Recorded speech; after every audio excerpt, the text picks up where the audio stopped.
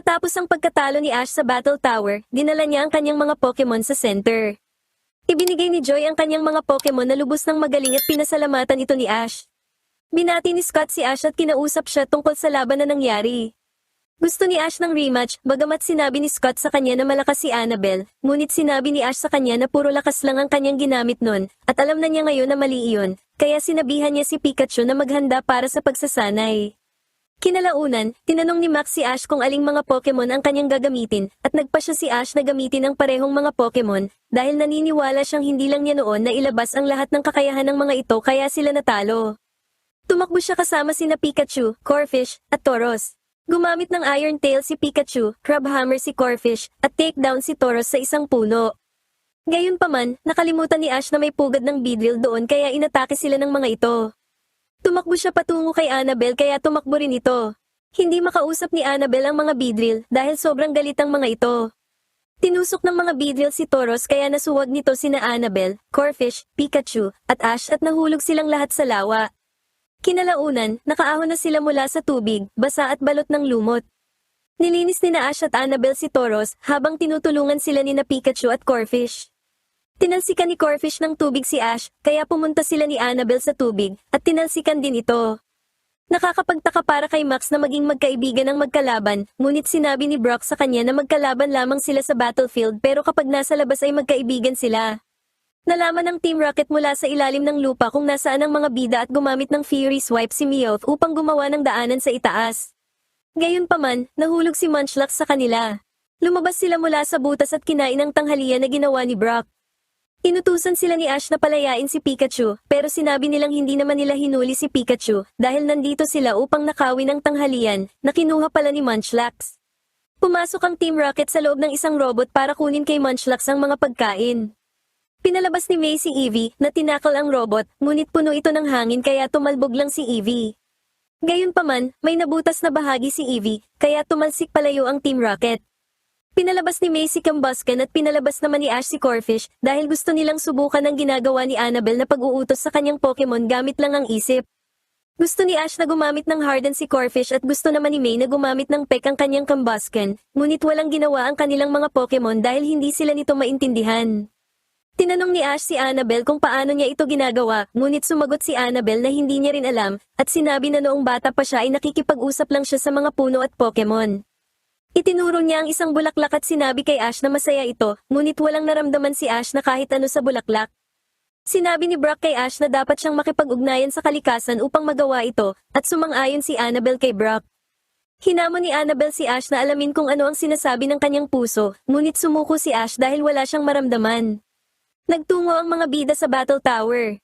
Sinalubong silang muli ni Scott at sinabi ni Ash sa kanya na handa na siya para sa rematch. Sa loob, pinalabas ni Annabelle ang kanyang Alakazam at si Corphish naman kay Ash. Nagsimula si Corphish gamit ang Crabhammer at sinalag ito ni Alakazam gamit ang Focus Punch. Gumamit ng Bubble Beam si Corphish, ngunit napawalang bisa ito ng Psybeam ni Alakazam.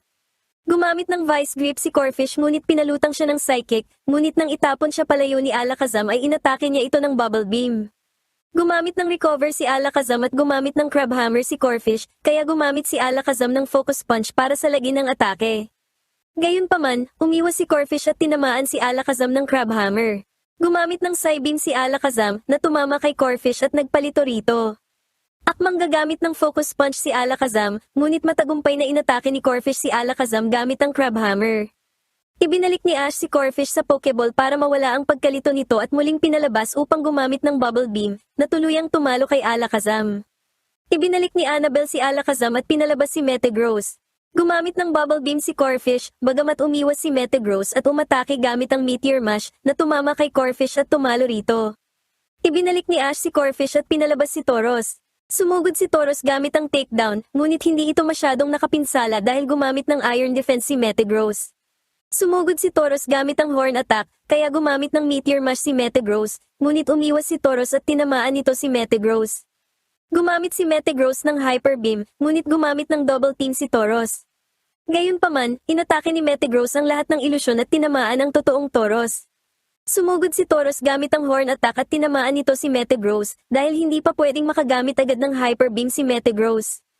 Gumamit ng Meteor Mash si Metagross at sumugod naman si Tauros gamit ang takedown at nagkasalpukan ng dalawang Pokemon at pareho itong bumagsak. Bilang kanyang huling Pokemon, pinalabas ni Annabelle si Espeon. Isinabak ni Ash ang kanyang Pikachu sa laban. Nagsimula si Pikachu gamit ang Quick Attack, ngunit umiwas si Espeon, sumugod, at tinamaan si Pikachu gamit ang sarili nitong Quick Attack. Gumamit si Pikachu ng Iron Tail ngunit sumablay ito at tinamaan ng Iron Tail ni Espeon. Gumamit si Pikachu ng Thunderbolt, ngunit kinontra ito ni Espeon gamit ang Zap Cannon at nasaktan si Pikachu. Gumamit si Pikachu ng Thunderbolt, ngunit umiwas si Espeon at gumanti ng Psychic. Tumama si Pikachu sa kisame at bumagsak sa lupa at sumugod gamit ang Quick Attack.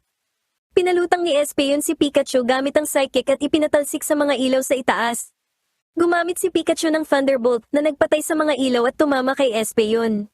Gumanti si Espeon gamit ang Zap Cannon, ngunit tumalon-talon si Pikachu sa mga ilaw para makaiwas.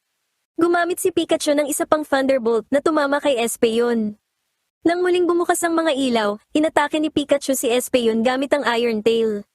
Sumugod si Pikachu gamit ang Volt Tackle at kinontra ito ni Espeon gamit ang Zap Cannon, ngunit nagminti si Espeon kaya tinamaan ito ng Volt Tackle at natalo. Si Ash ang itinanghal na panalo sa labanang ito. Ibinigay ni Annabelle kay Ash ang ability symbol.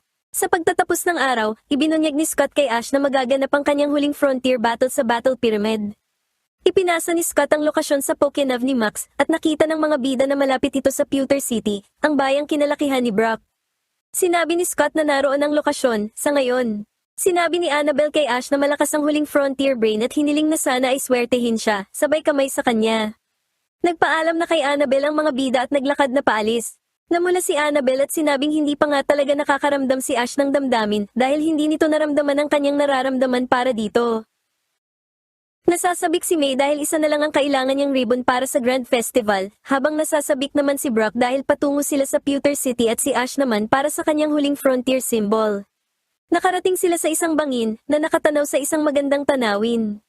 Napansin ni Max ang isang kawan ng Altaria at Swablu, kaya binati ni Ash ang mga ito, ngunit nakakita silang lahat ng kakaibang mga liwanag sa langit, isang aurora. Kakaiba ang ikinikilos ni Pikachu, gayon din ang kawan ng mga Altaria at Swablu. Kung magpapatuloy sa paglipad ng ganoon ng kawan, hindi makakarating ang mga ito sa kanilang pupuntahan, kaya nagpasya si Ash na palabasin si Swellow upang pamunuan ang kawan patungo sa pupuntahan ng mga ito. Gayunpaman, ayaw bumukas ng kanyang Pokeball. Ganoon din ang nangyari sa mga Pokeball ni na Brock at May, at maging ang Pokénav ni Max ay ayaw ding gumana. Nakita ng mga bida si Solana sa isang bangin na nagsabi sa kanila na kailangan nilang tulungan ng mga Pokemon. Ginamit ni Solana ang kanyang aparato upang hulihin ang isang Altaria.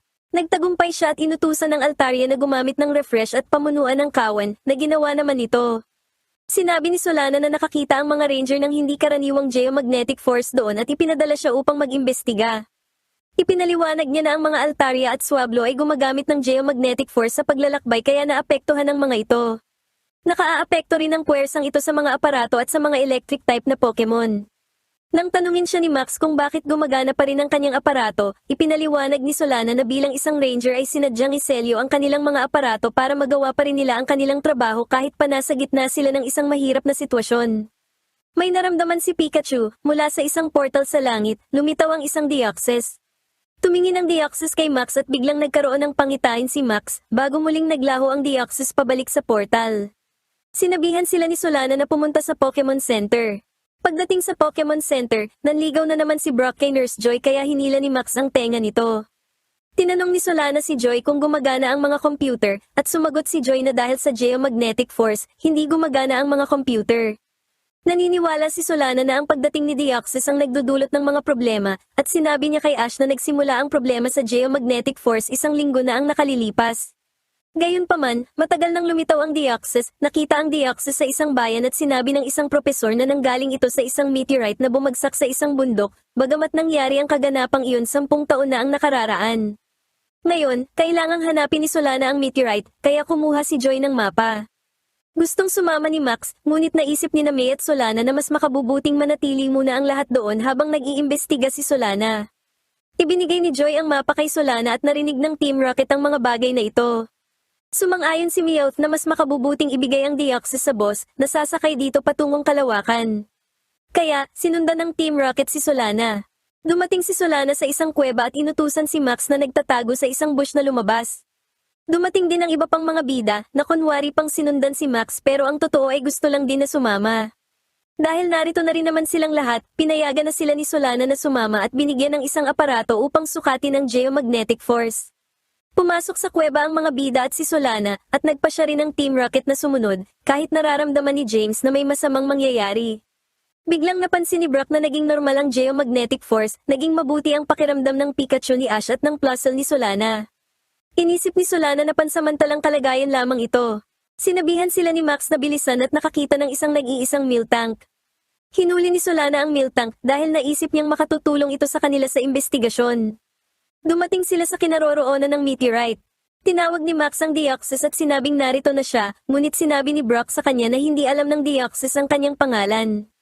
Tinanong ni Max kung sigurado ba si Solana na ang Deoxys ang nagdudulot ng geomagnetic disturbance dahil nararamdaman niyang may iba pang nangyayari. Nagsimulang yuminig ang kuweba at naapektuhan na naman sina Pikachu at Plusle ng pagtaas ng geomagnetic disturbance. Naramdaman ng Team Rocket ang pagyanig ng kuweba at tumakbo pa ng mas malalim sa loob, kahit tutol si James sa ideya. Tumigil sa pagyanig ang kuweba nang lumabas ang Deoxys mula sa portal sa kinaroroonan ng meteorite. Naramdaman ni na Plusle at Pikachu ang disturbance at sa hindi malamang dahilan, nagbago ang Deoxys sa attack form nito, gumamit ng Psycho Boost at umatake. Gumamit ng Thunderbolt si Pikachu, ngunit nagbago ang Deoxys sa defense form nito at dinipensahan ang sarili. Naisip ni Solana na dapat niyang hulihin ang Deoxys at sinabing may 4 na anyo ang Deoxys at nagbabago ito depende sa sitwasyong kinalalagyan nito.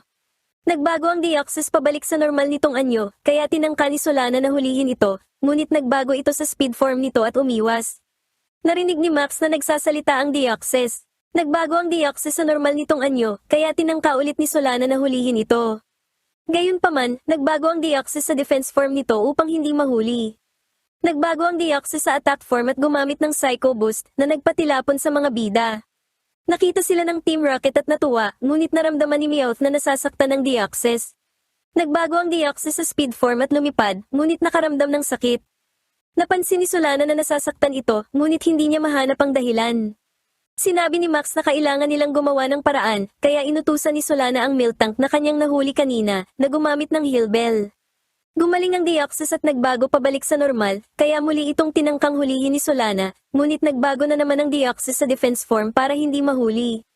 Nagbago ang Deoxys sa attack form at gumamit ng Psycho Boost na muling nagpatilapon sa mga bida. Tumakbo palayo ang milk tank at lumitaw ang Team Rocket na sinasabi ang kanilang motto. Lumapit ang Deoxys sa Team Rocket, kaya kinausap ito ni Meowth. Tumakbo si Max palapit sa Deoxys sa kabila ng pagpigil sa kanya ni na May at Ash. Hindi maintindihan ni Meowth kung ano ang sinusubukang sabihin ng Deoxys. Gumamit ang Deoxys ng safeguard sa paligid ng meteorite na nagbawal sa kahit kanino na makapasok. Sinubukan ni na Max at Meowth na pakiusapan ng Deoxys, ngunit nagsimulang kumilos ng kakaiba si Meowth. Ginamit ng Deoxys si Meowth upang makipag-usap, sinabi nitong natatakot ito. Sinabi ni Max sa Deoxys na gusto niyang malaman kung ano ang nangyari, kaya pinakitaan nito si Max ng isang pangitain ng isang meteorite na gumagalaw sa kalawakan. Naramdaman ni Max ang lamig at nalamang ganoon din ang naramdaman ng Deoxys. Pinalutang ng Deoxys si Max at kasama nito at ni Meowth, pumasok sila sa loob ng isang portal.